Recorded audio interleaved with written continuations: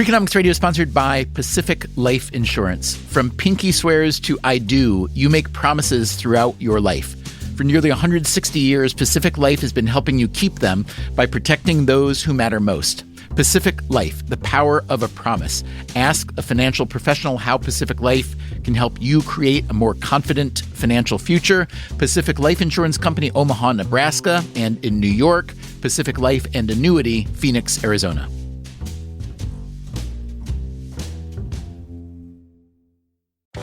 Welcome back to Should I Get It Delivered?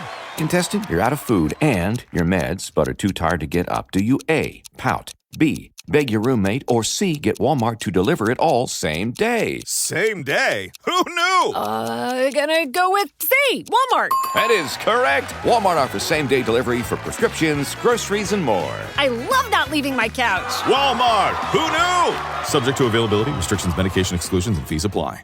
The Colonel's cooked up a new $10 bucket of the day just for you. Monday, 24 nuggets for $10. Tuesday, 8-piece fried chicken for $10. Wednesday, 10 wings for $10. Thursday, 8 tenders for $10. Friday, 24 nuggets for... Ooh, you guessed it, didn't you? $10. The $10 bucket of the day deal. Every weekday, only at KFC. It's finger-licking good. Prices and participation vary while supplies last. Not available on third-party ordering platforms. Tax extra. Hey, podcast listeners, question for you today. Why do people keep having children? Is it because we like the idea of building a family? Is it essentially a vote in favor of the future of civilization? Maybe it's an altruistic impulse to give someone else a shot at living in this wonderful, or perhaps not so wonderful, world. Is it strictly a biological imperative? Or, even further down the ladder, is a baby nothing more than a very substantial byproduct of the sexual urge? It's a hard question to answer, and the answer surely varies a lot from parent to parent. As for me, personally, the answer is pretty easy. I had kids just so I'd have material for this podcast. So I'm a Dubner. Hello, I am Anya. Profession. Sports writer. And I am 13 years old. You found me on the street. Okay, very good. So you are my children. It's kind of like an unwritten rule. There's so many different variables I just can't answer. Football or football? What's soccer? It just depends on so many things. Spit at fans when they booed him. Well, I would probably be the one to cook. Baseball on the brain. Don't you need a football match? Ugh. Excuse you. I love you guys. You too. You too, Steve. Today, we're bringing you an episode from our archives. It's called, Why Do People Keep Having Children? Thanks for listening.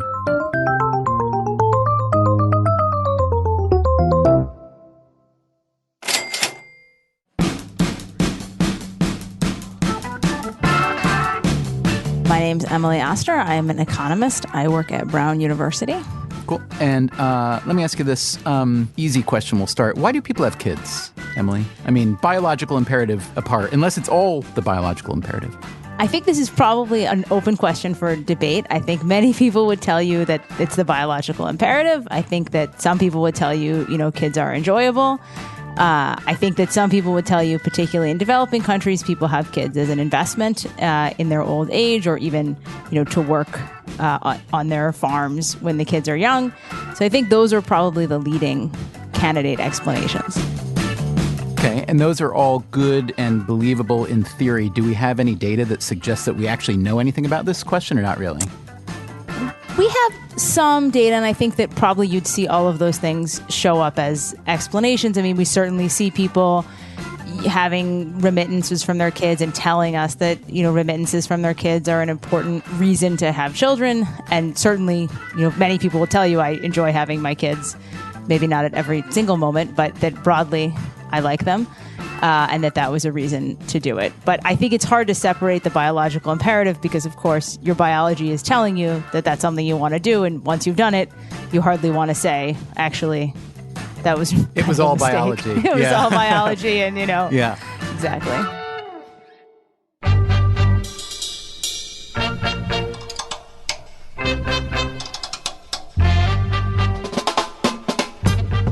From From WNYC Studios, this is Freakonomics Radio, the podcast that explores the hidden side of everything.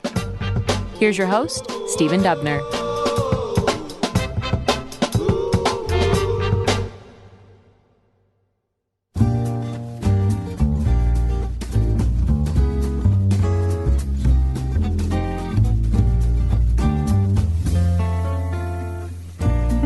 We're talking today about fertility, and then mortality, and then how fertility is affected by mortality. We might even get to overpopulation. The economist Emily Oster has done a lot of research on fertility. She's also the author of a book called Expecting Better: Why Conventional Pregnancy Wisdom is Wrong and What You Really Need to Know. Let me ask you this. When you bring up, the different economic parts of the reason why people have kids, or maybe explain after the fact why they've had kids, what do we know generally about the factors that make a given person or family more or less likely to have kids? Let's say socioeconomic status, maybe the political environment in the place you live, personal philosophy or religion, access to technology. I mean, those are just a few of the ones we can think of. Yeah, I think many of those things are going to matter. I think certainly, what kind of birth control you have access to is going to influence how many kids you have, because your ability to control it is influenced by birth control. I think income is an important component of this. One of the most striking facts about fertility over the last several decades is that as many countries have gotten richer, fertility has gone down really dramatically, even in places that used to be very poor. And I think many people interpret that as an effect of income, that as you get richer, you want fewer children for various reasons. So I think that looks like a very strong driver of this effect. Mm-hmm. You wrote a paper that I love about India and the introduction of TV in different areas in India, which allowed you to measure well the changes that TV brought. Can you talk about that in terms of fertility? Yeah. So in that paper, we look at what happens when people get access to cable television, and we find something which actually has also been echoed in a study in Brazil, which is that when people get access to cable TV, which really lets them watch soap operas, it actually decreases their fertility. And one interpretation of that is that people see, the people on TV, they have fewer kids and they have this really fancy life, presumably because they're on television. But, maybe if I had fewer kids, I could have that also. And I think that's sort of one interpretation of that. I guess another interpretation might be that soap operas are not as sexy as previously thought. No, true. And also people are too busy watching TV to have sex is another interpretation we considered. What do we know, if anything, about, I don't know quite what to call it, I guess mood or affect, whether, let's say, someone who is optimistic about their own future, maybe their country's own future, is more or less likely to have children? Yeah, I think the best evidence we have from that is about what happens in recessions, which is that fertility goes down. So even though broadly, as countries get richer over periods of decades, fertility goes down as money goes up. In the short term, when we see a recession, we tend to see declines in fertility. And that sort of suggests that when people are less optimistic and, maybe things are more complicated economically, that's a time that people choose to delay. Mm-hmm. But how can you tease out the, economic optimism versus the economic reality? In other words, maybe I want to have kids right now, but I or a partner just lost a job or just got downgraded somehow. How do you tease out the mental effect? That is a very hard thing to tease out.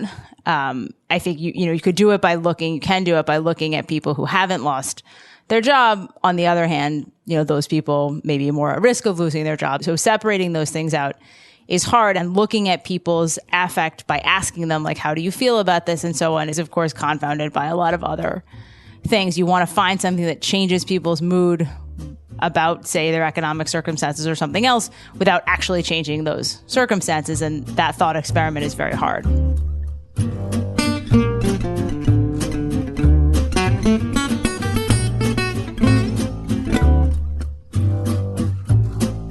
So to me, one of the most interesting, if not necessarily broadly compelling arguments for the relationship between, let's say, optimism and fertility is contained in a paper you wrote that's so fascinating. We talked to you about it earlier, about Huntington's disease and whether people who are genetically predisposed toward carrying it will want to get the test, and if they do or don't, how their lives may change or not change in light of that. So One surprising finding, at least surprising to me, was that people who know that they may be genetically predisposed to Huntington's disease aren't less likely to have kids. Yes? Why is that? Why, in your view and from the data, do you believe that's true? So I think our view when we looked at the data on this, and again, this is something where we can see the fact, but it's harder to see the interpretation.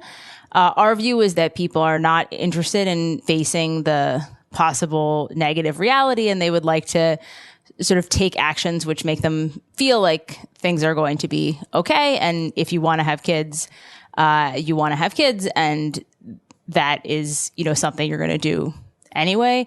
And better to do it sooner so you're healthy for longer with these kids than you would be otherwise. And so I think that was our interpretation in that. So if I'm an HD carrier, or I may be, and I don't know yet, there are two potential consequences to consider if I'm thinking about having kids. One is I, as a parent, may die relatively early, relatively young, and I, as a parent, may bequeath to my offspring this same genetic predisposition to this disease. Do you have any idea how those two potentialities are weighed in the minds of people with HD?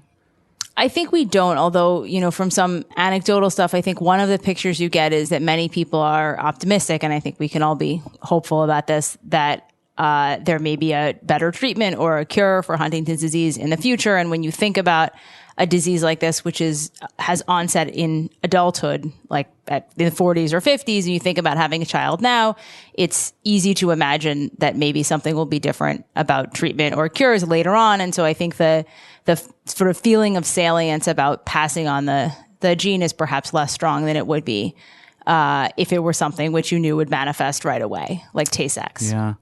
It strikes me as we're talking about this, that optimism or pessimism are almost impossible really to measure, aren't they? I mean, you can ask people, but that doesn't really get you very far, does it? Yeah, I agree. I don't think it gets you very far. And I think people will tell you things which are not right or are very person specific. I mean, my impression from some of the psychology of this is that, people's level of optimism is pretty similar within a person, no matter what's going on. So, if something really good happens, you're happy for like a few days, but, then you go back to baseline. And sort of similarly, if something really bad happens, you're unhappy for a while, but you go back to baseline. And I think that's sort of something that, that means it's hard. A lot of what you're going to pick up is sort of constant differences across people rather than changes over time that might affect their behavior. Gotcha. Okay, so considering that and considering everything that you, Emily, know about fertility and pregnancy and mortality, let's say that there's a terrible, terrible natural disaster that kills hundreds of thousands of people, including many, many, many, many children who are very vulnerable to a natural disaster. What would you expect to happen in that kind of circumstance? That people would hurry to repopulate, or that they'd be so stricken that they'd not want to have kids? It's an interesting question. I mean, it feels like a question for the data. I think both of those things would happen. My instinct, based on what we know about fertility and high mortality environments, is that people would try to replace lost children, because one of the explanations for why there's such high fertility in the developing world sort of, many decades ago is that child mortality was so high. You want to have a lot of kids to replace the children that do not survive. And so an extension of that would be if you sort of lost a child or God forbid, children in a disaster, that you would want to have more children to replace them. But as you say, on the other side, there's sort of this terrible thing has happened and there's sort of incredible pessimism. And so that might affect fertility in the other direction. But it's not like you can come up with an experiment to answer this question, right? It's not like you'd want to randomly kill 1,000 children in one state and not kill any children in the next door state and see what fertility looks like in those two states. I agree. That does not sound like a great idea. And I think this is a hard thing to imagine. It's a hard thing to imagine testing for that reason.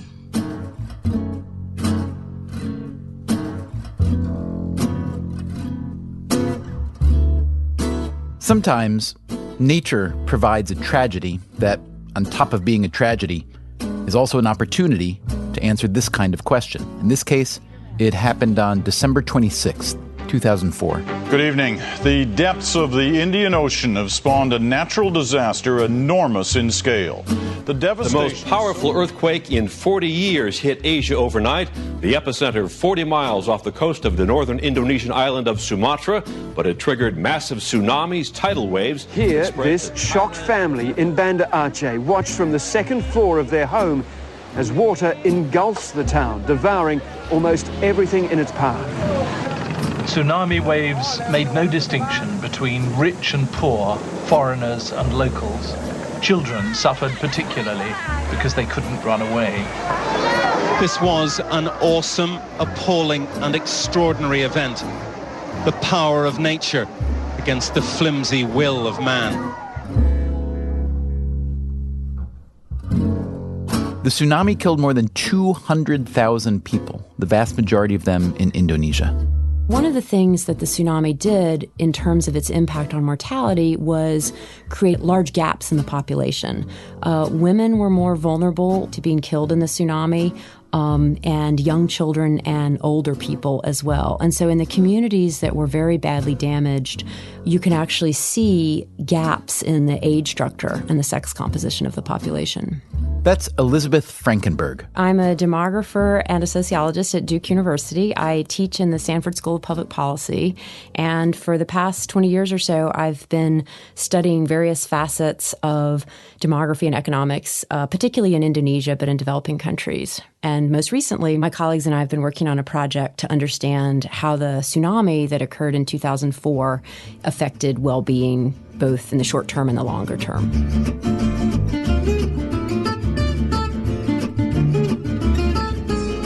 Frankenberg has been going to Indonesia for many years. Well, the very beginning was way back in 1985. I was an undergraduate at the University of North Carolina, and my dad was curious what I'd do when I graduated, and I said, well, I really want to work on issues in developing countries. And, his advice, which was good advice, was, well, you probably ought to spend some time in one first before you commit too much to that. And I really love Indonesia. I love traveling there. I've made probably one trip a year or so, in many years, 2 or 3 or 4 trips, so I've gone a lot. I go regularly. I have great colleagues there. A lot of my work is with Duncan Thomas, an economist here at Duke. We worked with our colleagues. Now, you ended up marrying him a little bit, didn't you? I did marry him. 100% married.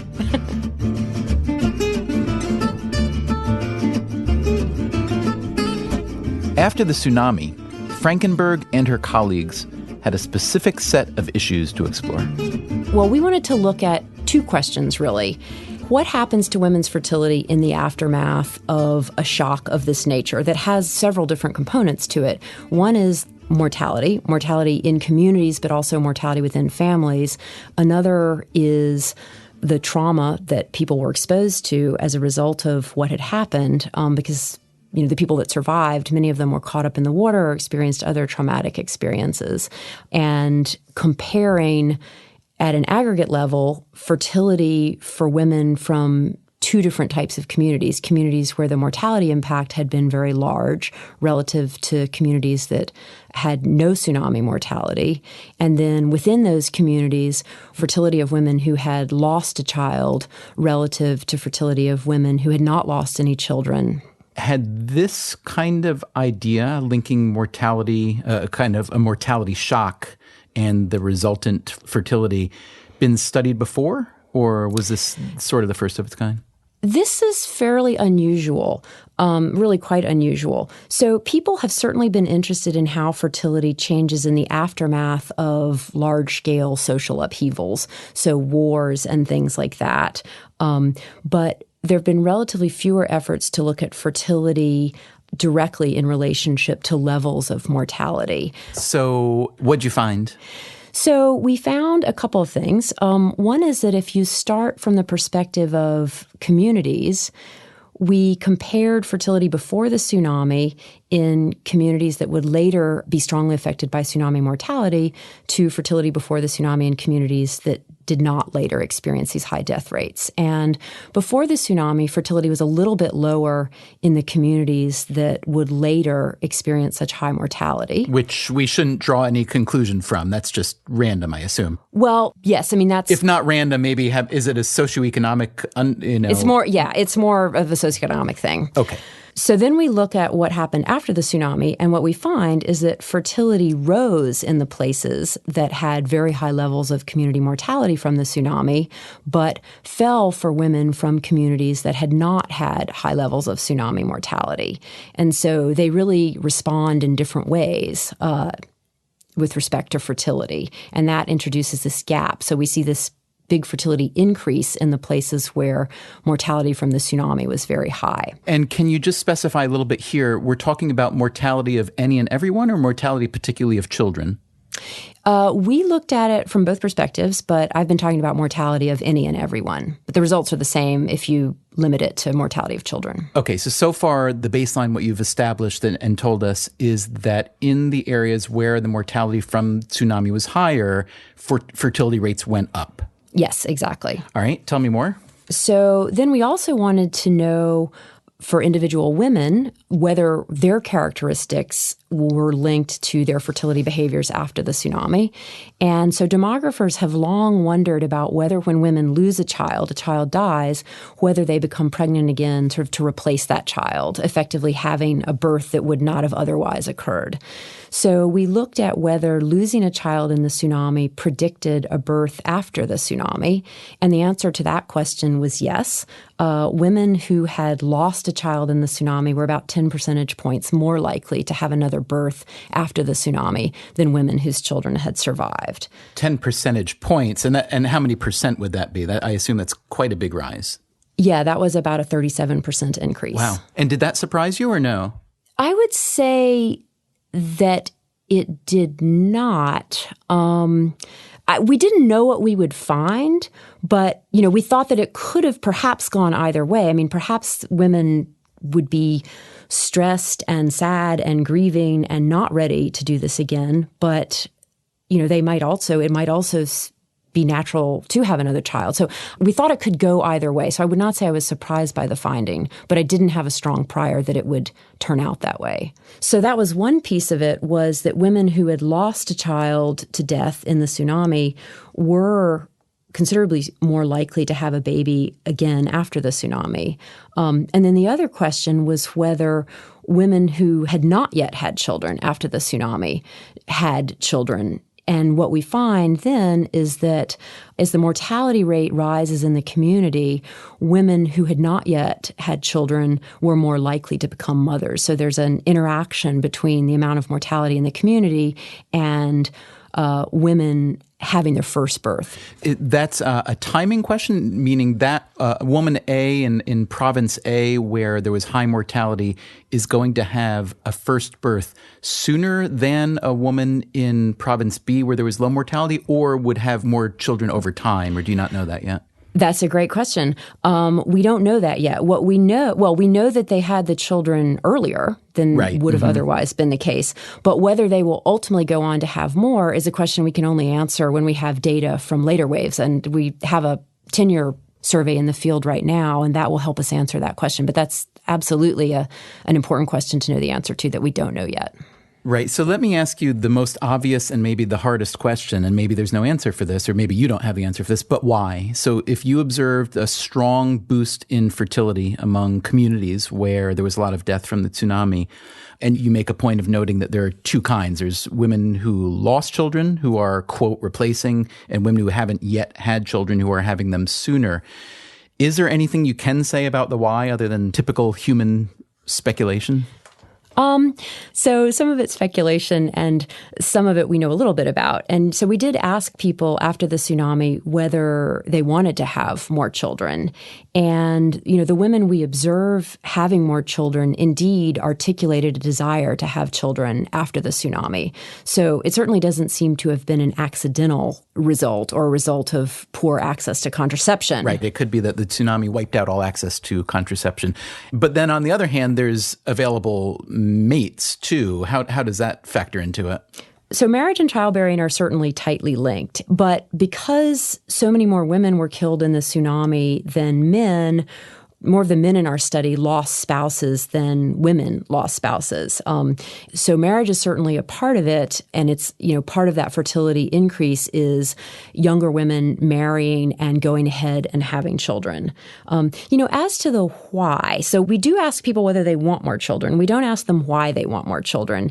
And, then you start to be more speculative. But I have to say, as I've traveled in Indonesia and watched the recovery in Aceh unfold, one of the things that strikes me about Aceh is it's a place with such a strong sense of identity, of ethnic identity as Achenese. And so I do think that there was a tremendous will to rebuild. And that's, part of that is rebuilding families and population, but it's also rebuilding homes and livelihoods and the province overall. And, I think that's a really important theme of, both the fertility results, but also in some of the other work we've done, recovery more generally.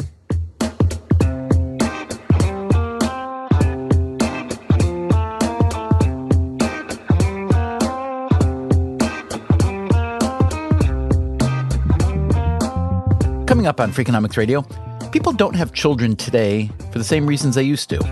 Childhood used to be like, by the time you're 6, you're up at 4:30 milking the cows. And now it's like, I'm taking you to soccer practice at 14 different locations so you can, get into the right college or whatever it is. And one more thing. If you have about 150 hours with absolutely nothing to do, check out our back catalog of Freakonomics Radio podcasts on iTunes or at Freakonomics.com. And if you subscribe on iTunes or using another podcast app, you will always get the next episode automatically delivered in your sleep.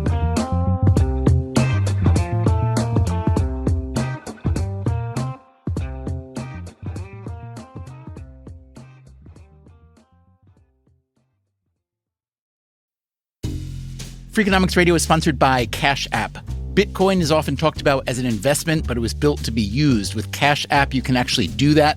Send Bitcoin instantly, pay at local Square businesses that accept it, or move it to your own wallet whenever you want. It works more like real money and less like something locked in an account. For a limited time, new customers can get $10 added to their balance. Just use code CashApp10 when you sign up. And don't forget this part, send at least $5 to a friend in the first 2 weeks. Terms apply. Cash App is a financial services platform, not a bank. Banking services provided by Cash App's bank partners. Bitcoin services provided by Block Inc. brand. For additional information, see the Bitcoin disclosures at cash.app/legal/podcast.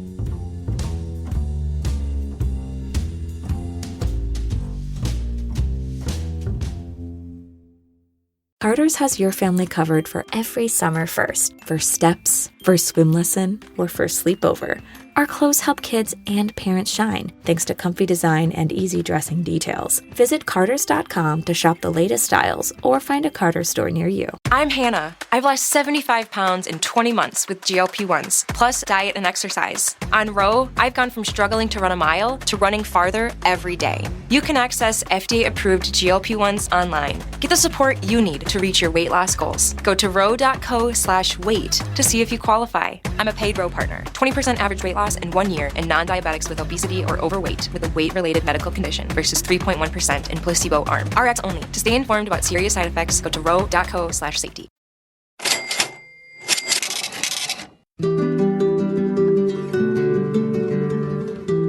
So Elizabeth Frankenberg, a demographer and sociologist at Duke, found that women who lost children in the 2004 Indian Ocean tsunami were much more likely to get pregnant again. So I have to say, I guess one way to interpret this finding, one way that I guess sprang to my mind, at least for whatever that's worth, is that it's a very, I don't know about inspiring, but hopeful finding, in that here's a terrible tragedy that affects a lot of people, and rather than swear off community and, country and family, the opposite happened. Yeah. And I'm curious what you think may have driven this on a broader scale. Do you think religion plays a role? Do you think the regional or cultural attitudes play a role? In other words, if a tsunami hit, the southeastern United States, do you have any idea whether the findings might be remotely similar, or South America?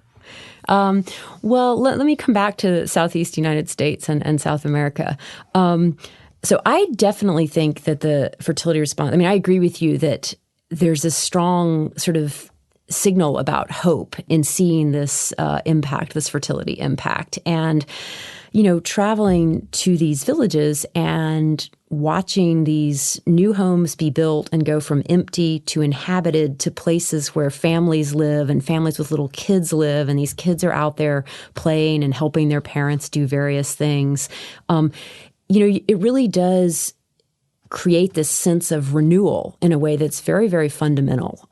So I think you're right about this sense of hope coming out of these results. And, I suspect that religion is involved in it. Aceh is very, very strongly religious place. And in addition, the Achenese people are very proud and independent people. And so I think it's both, faith in religion and also faith in identity in some sense. And I should say, in addition to the family rebuilding, there was all this rebuilding of housing and infrastructure and roads and schools. And, that was a function both of Achenese perseverance, but also of an incredible outpouring of funding for a recovery effort from all around the world, and a very strong effort by the Indonesian government to channel that money into effective reconstruction policies and assistance. And so I think, an important backdrop of rebuilding families is the fact that assets were also getting replaced. People were working, those sorts of economic aspects of recovery as well.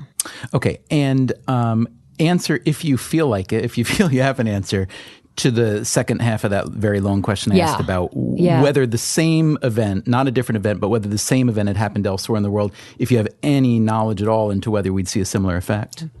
Well, I do think that that we would see this effect of fertility rise in places where children are killed suddenly and unexpectedly as a result of natural disasters. And so there has been a little work on other earthquakes that shows something similar, for example, in Iran.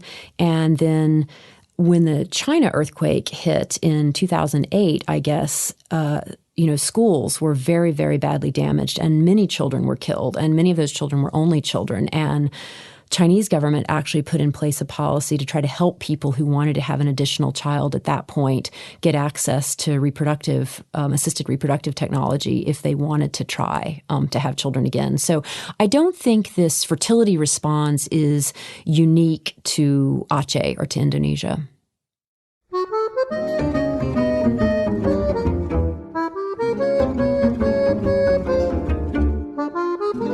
So we've learned that fertility tends to rise after a natural disaster, which might easily be interpreted as purely good news, as a triumph of the human spirit. On the other hand, what about overpopulation? For much of the past century, one of humankind's most pressing fears is that we're putting way too many people on the planet. Now, among population scholars, there's a famous saying, development is the best contraceptive. That is, as countries get richer, their population growth tends to slow. I asked the economist Emily Oster how well this saying is supported by the data.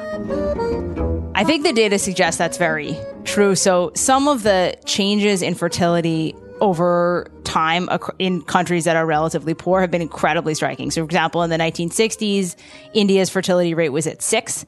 It is now at 2.5. In that period, Singapore's fertility rate was 5.6. It's now at 1.3, which is far, far below replacement. And even in Kenya, which isn't like a particularly rich country, the fertility rate now is about 4.4, down from 8 or 9 in the 1960s. And those changes have been achieved. Yes, there has been some increase in birth control access, which we don't want to dismiss, but I think it's pretty clear from the timing that the development effects are just incredibly, incredibly important in driving this. So this leads us to a future that doesn't resemble at all the future that was predicted by demographers not even that long ago, 20 years ago. So let me ask you this, Emily. If you and I went out and did a survey right now, and we on the streets of New York, on the streets of Providence, and asked 100 people the following question, the world population today is X. What would you expect the world population by the turn of the next century to be in relationship to X? What do you think would be the median or the average response there? Yeah, I think people would think the number is 2x or something. But I think the number is not 2x. I mean, there's actually increasingly few countries whose fertility rate is above replacement, and many countries where the fertility rate is substantially below replacement. Mm-hmm. So the UN is currently projecting that the global population will peak at around 8.3 billion in 2050 and then fall to less than the current 7.2 billion population by 2100. So keeping in mind how terrible most predictions are, just let's take that prediction on its face value, at least when factored into everything that you've been telling us about fertility and development and so on. What is the kind of headline for that set of statistics? How would you describe where we're heading globally in terms of population and how we got there and what it means? I mean, I think the two factors that this change are likely to produce is, one, the population is going to be much older. So for most of human history, the kind of population pyramid has been more people who are young, fewer people who are old. That's still going to be true kind of to some extent. You're not going to have the population primarily made up of people who are 120. But the balance between, say, 65-year-olds and 25-year-olds is going to be very different. And that's something that's going to, drive a lot of policy and the way that demographics work. I think the other thing that's going to happen is, for a while at least, relatively poor countries are going to continue to have fertility above replacement, while relatively rich countries do not. And that's going to change the balance of population counts across these places even more so than now. So is that the driving factor in lower fertility rates, is income? When you look at the countries with the lowest fertility rates around the world, is that what they primarily have in common? When you start trying to distinguish among fertility rates, all of which are below replacement, the links with income become more mushy. So the places with the lowest fertility rates are like Singapore and Hong Kong and Taiwan. I mean, those are rich countries, but they're not as rich as, say, Finland. Right, but there are other parts of Asia where the fertility rate is still relatively low, way, way, way lower than similarly poor parts of Africa, let's say, right? Yes, I agree. So, income sort of operates, and like the places with the highest fertility are very poor, Niger, Mali, but the income fertility relationship does seem to break down a little bit when you get into the very low fertility rates. The U.S. has higher fertility than, say, most of Europe, even though the U.S. is relatively richer. Mm-hmm. That said, fertility is falling pretty much everywhere around the world, correct? I mean, yes, pretty much. So why have we seen such sharp declines in fertility, even in so many developing countries where kind of the promise of the economic future isn't there yet? I think the promise of the economic future is there more than we think. I mean, even places which are very poor, where things do not seem to be going that great, I think if you look sort of broadly, since in the last 50 years, actually, the economic climate has improved. The health climate has improved. One of the reasons to have fewer kids is because fewer of them die in childhood. Once we start vaccinating people, which we're actually getting very good at, even in poor places, then you don't need to have as many kids to achieve the number you want to end up with. That's something called the demographic transition, which I think has sort of started happening basically everywhere. So I do think actually many, many, many places in the world, things are getting better, not worse.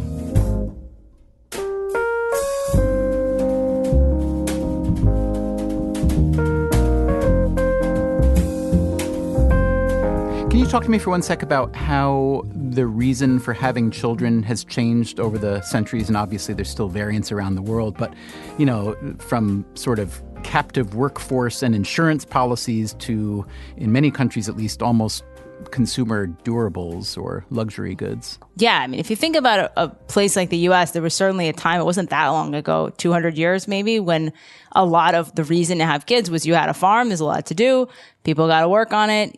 That was a major source of motivation for childbearing. That really isn't true anymore. I think over time, we've sort of moved to a place where children have gotten to be more of an investment and a consumption good. And even if you expect to get something out of them, it's kind of like very far in the future. And it's more of an enjoyment thing than actually this person is going to pay for me to live a life of luxury. So I think that has really changed, and it's changed the way we approach childhood. I mean, I think there's a lot of discussion of, childhood used to be like, by the time you're 6, you're up at 4:30 milking the cows. And now it's like, I'm taking you to soccer practice at 14 different locations so you can, get into the right college or whatever it is. when people listen to economists, they hear two things that, to me at least, sound contradictory. One is if you don't have enough people being born in a given place, you're in economic trouble because there won't be enough young workers to shore up the economy and the older retiring workers and so on. But you also hear if you have too many people born in a given place, there won't be enough jobs and funds for all those people, and everyone in that place will suffer. So tell me, Emily, are these two arguments as contradictory as they seem to me? And if not, or maybe even if so, is there some perfect magic fertility rate that makes an economy hum?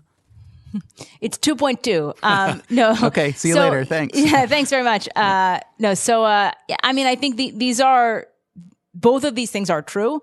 They are true for different reasons. It is true that if you have a very old population, there are not as many people to support them. It's not that you couldn't design policies that would allow that to work fine. It's just that the current policies most places have in place are not designed for that. So if you think about Social Security, it relies on people paying in so it can pay out. If you don't have enough people paying in, you're going to struggle to pay out. You could design a different system where people pay in and they get out what they put in. That would be sustainable no matter what your fertility rate is. It just isn't the system we have set up now. On the other side, on the sort of population growth side, I think it is true that as places grow very quickly in terms of population, that can be problematic for finding jobs. But again, it's a question of how you set up the incentives. And that can also be good for places because they get a lot of new workers and new people to do stuff. And that is an important aspect of economic growth as well.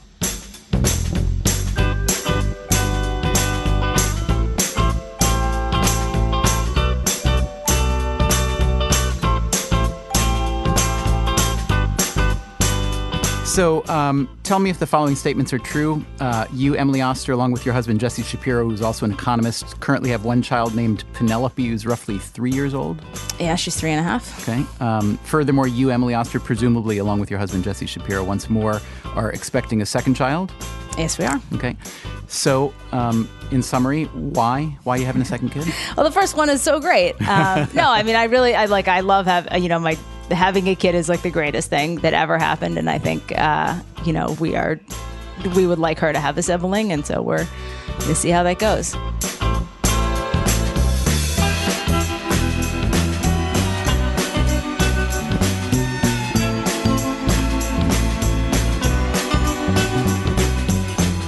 Next week on Freakonomics Radio, we speak with the man who was handed the keys to the global economy just as it started heading off a cliff.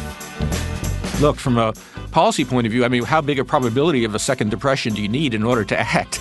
I think 25% would be enough, but in my view, it was probably about 90% that if the panic had not been arrested, that the depression we had would have been much, much worse. Former Fed Chair Ben Bernanke, that's next time on Freakonomics Radio.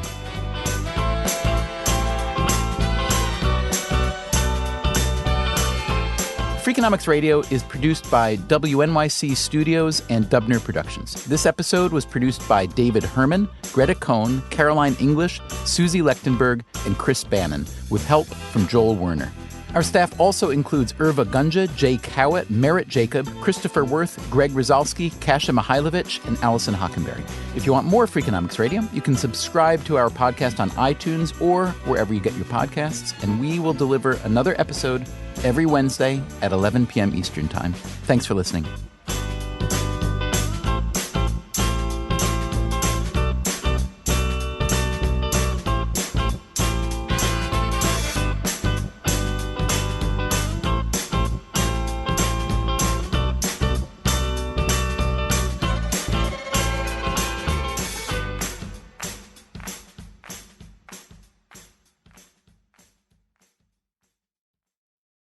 Hi, I'm Angie Hicks, co-founder of Angie. When you use Angie for your home projects, you know all your jobs will be done well. Roof repair?